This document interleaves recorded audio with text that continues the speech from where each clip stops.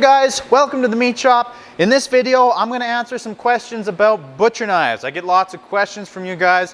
What brand do you use? How do you sharpen them? All that stuff. So I'm going to get you all that information in this video. So without any further ado, let's dive into some information about butcher knives. Alright guys, here it is, the video about butcher knives. Not real sure how to kick this one off here. I get a lot of questions about how do you keep them sharp, how do you steel them, how do you resharpen them, what type of knives do you like, and there's a lot of different answers to all those questions. So I guess to answer some of it, it really depends on what you're doing in the industry. There's all sorts of different steps and stages and things you need, and a butcher knife is a little bit different than a hunting knife. If you guys are looking for information on hunting knives, it'd be a little bit different than these. And I don't have a ton of expertise on hunting knives, just butcher knives. So there's all sorts of different kinds of knives and different kinds of styles, but they're all basically made up of the same components, really. You know, yeah, like you got your cutting edge down. You have your cutting edge along the bottom. You have the heel of the knife. You have the handle, or sorry, this is the butt of the knife. You have the handle or the grip. Down here is the heel. You got the point. And if you were to look on the knife on a really close angle, you can kind of see it if I hold the reflection right. You got the shoulder or the bevel, and that's kind of part of the cutting edge. And then you got the back edge of the knife. Sometimes they use them for bumping bones apart and stuff like that, or use the heel or the butt of the knife to bump bones apart and stuff like that. But those are all the parts of a knife: cutting edge, point, heel, butt, handle, back edge, and then the cutting edge is comprised of the shoulder and the bevel, which I'll show you in a little bit. And there's lots of different knives used in butchering for depending on what you're doing. This here is called like a scimitar or a staking knife, and you would use it for cutting steaks. You know, one big easy stroke down and back, and you cut a strip loin steak off, or you cut a ribeye off. And here's a brand new one, a little bit larger one, and this is my one that I got when I graduated from old college. It's 11 years old, so you know they last a long time if you resharpen these, because these are expensive knives. They're up here, like they're $80 to $120 in Canada probably, depending where you buy them. One question I often get asked is, what kind of knives do you buy? This isn't a promo for any of these companies or anything like that. I just genuinely find them to be good quality. Victorinox is my number one. I've always liked using Victorinox. They always hold their edge really good. They're nice quality knives. So Victorinox is probably my favorite. Then I have some Swibo knives. They're really good knives too. And I got some F-Dick knives. So those are the three brands that I usually use. But I mean, there's lots of good knives out there. Victorinox is probably definitely the most popular one in the industry. You see all over the place. So Victorinox number one, Swibo and F-Dick are probably number 2 and 3. But there's all different kinds of styles of knives, guys. Like this little guy here. This is called a legging knife or a lamb knife. And it's used on kill floors and stuff. Guys use these to skin the animals.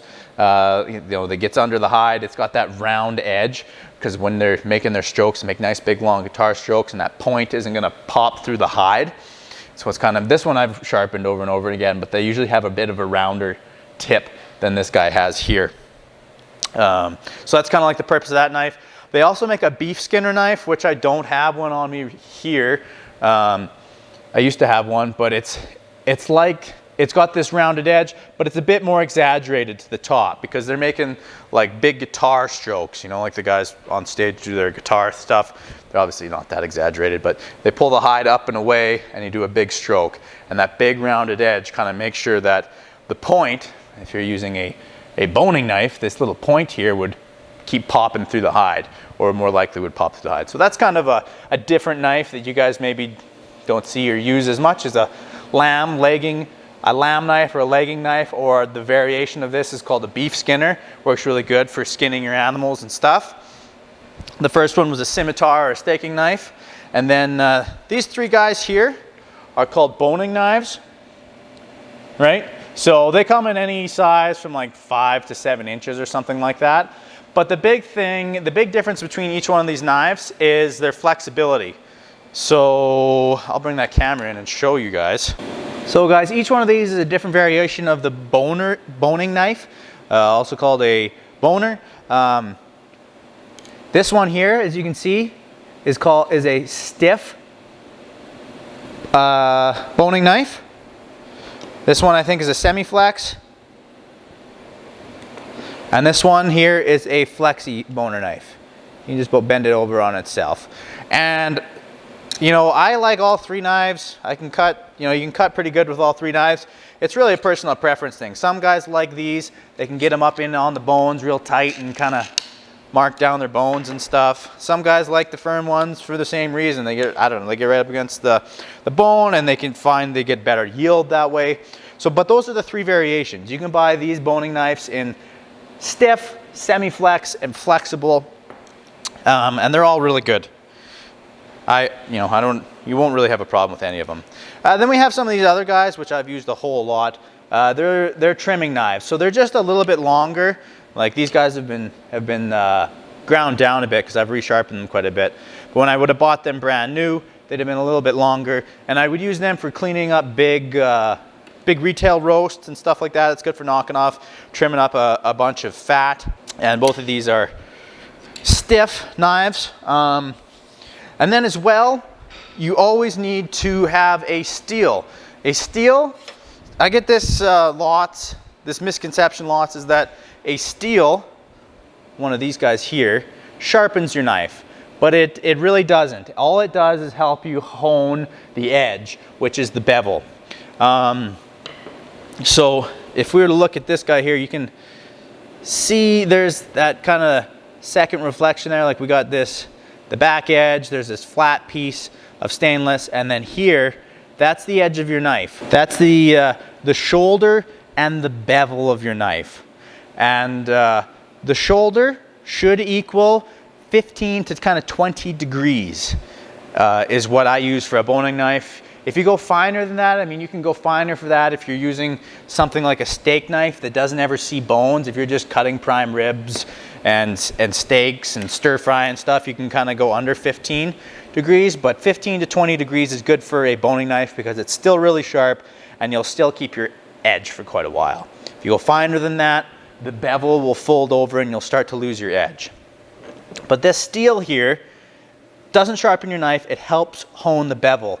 And I'll draw a picture of this for you guys and explain it to you. But basically, if you want to start practicing, so I just got the top of the butt end of the steel here, just set it straight down against the table and kind of practice coming down at about a 15-degree angle on both sides till you hit the bottom of the table. Back and forth. And like I said, that's not going to sharpen your knife, but if you were to look at your knife under a microscope, at the very tip, like right at the tip of my fingers here, there's like a little edge that folds back and forth. And what you're doing when you're steeling is when your knife gets dull, it kind of gets bent over a little bit. It gets bent over a little bit. So what you do with your steel is you bend it back this way, then you bend it back that way, then you bend it back this way, and eventually it kind of stands back up like this. But it's not going to fix your shoulders. And I'll take you to the whiteboard now so you guys have a better idea what I'm talking about when it comes to shoulders. But like I said, to get your practice in, start with it down on the table and just look and try and make a conscious effort of 15 to 20 degrees on each side. And then as you get better, you'll be able to pick it up and you'll just kind of know what 15 to 20 degrees feels like. Another tip while steeling, you know, I see lots of new guys, like they see like Gordon Ramsay and stuff, like he's obviously used the knife lots, but it's not like speed doesn't do anything. I've seen a lot of amateurs that come through the shop and stuff like that, and they're just, right? And if you hear that loud ticking, that really can put little mini dents in your edge. And those spots are going to be kind of permanently bent over where your steel can't kind of repair them. You'll have to take them to a grinder, buffer grinder wheel, or a sharpening stone or a whetstone or something like that. So start out gentle. You know, you don't have to push too hard. I mean, really, there's not all that much pressure being applied while I'm steeling these here. And it's always at that 15 to 20 degree angle. You want to match what is on your shoulder. So there's a couple steeling tips for you guys. Start slow, start with against the table. It's all about the angle of your shoulder. Okay guys, I'll explain that bevel a little better here right now. Okay guys, so here, this is what I'm talking about with the shoulder and the bevel and steeling and the 15 to 20 degrees. So hopefully this makes more sense. So if we kind of took a side section, you guys see that okay, of our knife here. And this isn't going to be drawn perfectly accurately, but this here is the shoulder. And that kind of comprises of like this edge here. That's pretty terrible drawing. But that there is the shoulder. And you want that to kind of equal 15 to 20 degrees. And the bevel, or the edge, you kind of want to hone. If you put it under a microscope, it would kind of flip over like that when your knife gets dull. So when you put your steel on it, you run it across once, it would kind of flip over this way. Then you run it across again, it would flip back that way, flip back this way, flip back that way, until it's kind of more or less up and down. But over time, does that make sense, guys? So when you're steeling, you steel along this kind of 15 degrees here. This is 15 degrees, 15 to 20 degrees right there. And you're steeling at that angle, and it ends right at the very point of the knife, and it brings that edge back up and down. So that's kind of what keeps your edge sharp. But over time, these little tiny little microscopic burrs get pushed off, and all this starts to get rounded. Just get rid of all this. That was the shoulder again. So all this kind of starts to get rounded. And this is going to kind of no longer be 15 degrees, because you'll take it to the grinder wheel, and it gets a little stouter. And you steel it a bunch more, it's maybe not bad, and it gets rounded, and you take it to the grinder wheel and take it to a point again, and it gets stouted. Now that's no longer 15 to 20 degrees, this angle here. It's like 30 or something like that. No matter how much you steel, this angle here, 30 degrees. No matter how much you steel, it's not going to be a sharp knife. So at this point, your knife's dull. You have to take it to a whetstone, a sharpening stone, or a grinder wheel. And you have to rework your shoulder. So you're basically going to have to take this bit out here and this bit out here and rework it till it's at that 15 to 20 degrees again, with those little tiny micro burrs at the edge there, the bevel. So again, this kind of area here is the shoulder. This little guy here is the bevel. And I'll sharpen up a knife on my grinder wheel and show you guys. Okay guys, so this is the setup that I use for sharpening my knives. It's a buffer grinder wheel that I picked up from a home supply store. It was on sale. This sucker was on sale for like $80. You can buy the other ones from meat sharpening supply stores or butcher supply stores, and they're going to be like $800 to $1,000. And really, they're the exact same machine, except with mine, the switch is on the opposite side of the machine. Basically, you want these wheels rotating away from you. So they're rotating that way. This machine is designed to have the switch, or all of these machines are designed to have the switch on the same side and have it rotate towards you. When you're sharpening a knife, you want it to rotate away from you. So you can buy this little guy, same machine, for $100, or you can pay $800 and have the button on the other side. So up to you. But one side is a flapper sandpaper wheel, and the other side is a buffer wheel. So we're going to rework the shoulder on this side, and then hone that bevel on this side. This sandpaper, I can't remember what I finally settled on, but it is somewheres between $100 and 180 grit. I want to say it's 150 grit. Okay guys, so it's just a bunch of little pieces of sandpaper on a wheel, and if you guys can see the grit in there, I want to say that somewhere is between 100 and maybe 180 at the most. So I apologize, I don't know, I can't remember. I set this up 5 years ago and I've never changed it, so I can't remember off the top of my head, but it's somewhere between 100 and 180. I know I had a really coarse one on here to start, and my knife would just bounce across it when you were trying to use it. So I think it's, I want to say it's 150, but so you're going to want to get that. Then on the buffer side, it's just a classic buffer wheel here, and we use some pumice stone on it to kind of lube it up for the polishing part. Okay guys, so now we're at the grinder wheel. We have this boning knife here. I picked a really dull one. You know, it won't, if you get knife is nice and sharp, it should bite into your thumbnail, or if you really want to get them like real sharp. I don't usually get them this sharp. You can shave your arm hair with them. I don't usually get them that sharp because they're a bit below the kind of 15 degrees, and I find they lose their edge too quick. But it's all about you guys, your personal preference and stuff. So all I'm going to do is I'm going to set this knife on here, and just behind here, I'm kind of aiming at that 15 to 20 degree angle. And I'm going to go all the way across. Then I'm going to flip my knife over and come all the way back across at 15 to 20 degrees again and again and again, making sure that I do one side and then I do the other side so that they get an even amount of passes on the sandpaper wheel until I have a bit of a burr or a bevel showing up. You can't really, you can see now that cutting edge, there'll be a little bit of a, like a shiny burr show up as that knife edge starts to fold over as you do each pass. So, and also safety specs. I love my eyes. Okay guys, so like I said, you set that knife on there, 15 to 20 degrees. One side, flip it over.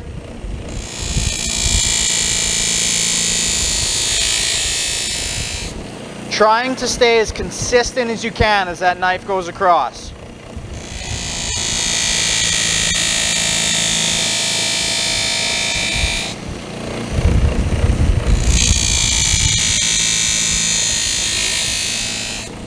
Back and forth.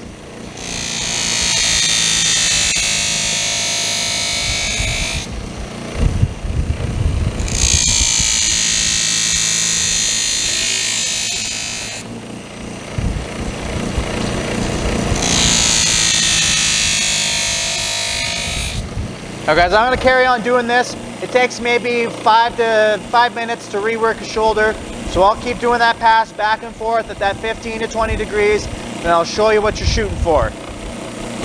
Okay guys, so I've done a couple more passes and that burr's flipping over. I'm not sure if you're going to be able to see it. Just pay attention to the very edge of the knife.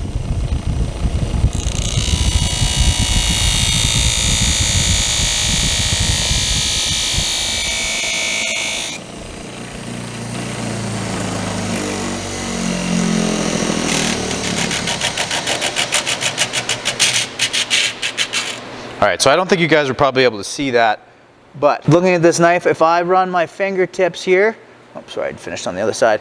If I run my fingertips against it, I can feel that burr.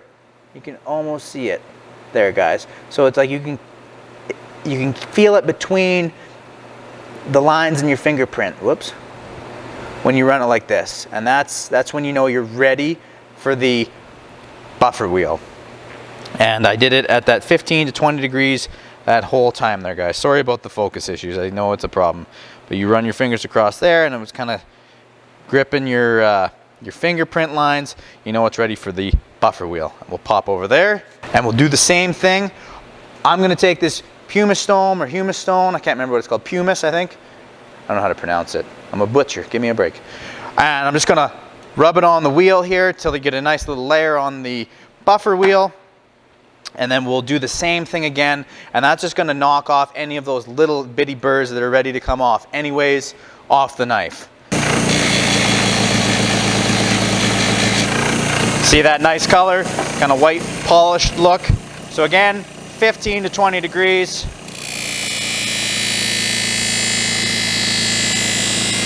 Back and forth.